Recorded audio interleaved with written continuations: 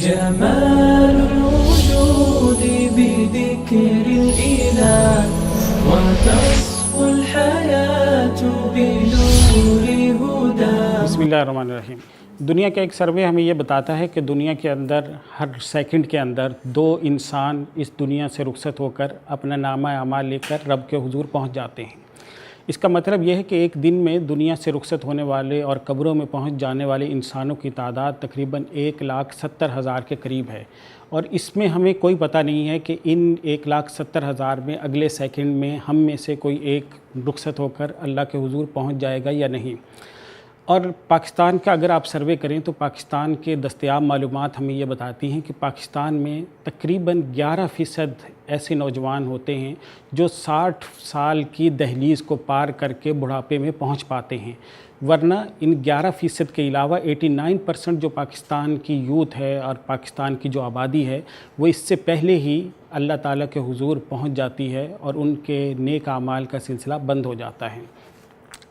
آج کے دن ہمیں غور کرنا ہے، رمضان المبارک کی ان گھڑیوں میں ہمیں غور کرنا ہے کہ کیا ہم واقعی اللہ کے حضور جانے کے لیے تیار ہیں، اور کیا ہم واقعی اپنے نامہ اعمال کا سامنا کرنے کے لیے تیار ہیں، اور کیا ہم واقعی ان لوگوں میں شمار ہوتے ہیں جن کے لیے اللہ تعالیٰ جنت کے دروازے کھول دے گا اور ہم ہنسی خوشی جنت میں داخل ہو جائیں گے. اللہ کے نبی حضور اقدس صلی اللہ علیہ وسلم نے فرمایا تھا کہ من صام رمضان ایمانا واحتسابا غفر له ما تقدم من ذنبہ، کہ جس شخص نے ایمان کے ساتھ اور نیک امید کے ساتھ اس رمضان کو گزارا، وہ شخص اس کے پچھلے سارے گناہ اللہ تعالیٰ معاف کر دے گا.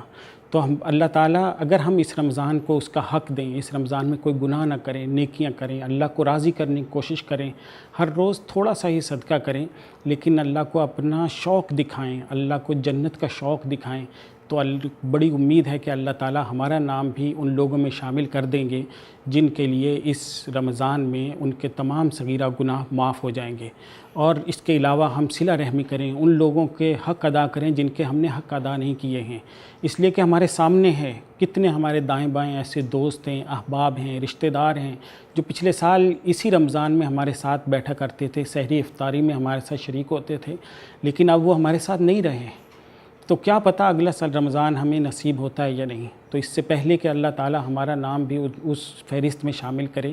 ہمیں اللہ کو منانا چاہیے، اپنے گناہوں کی معافی مانگنی چاہیے، اور اس رمضان کو بخشش والا رمضان بنانا چاہیے. وآخر دعوانا ان الحمدللہ رب العالمین. جمال الوجود بذكر الإله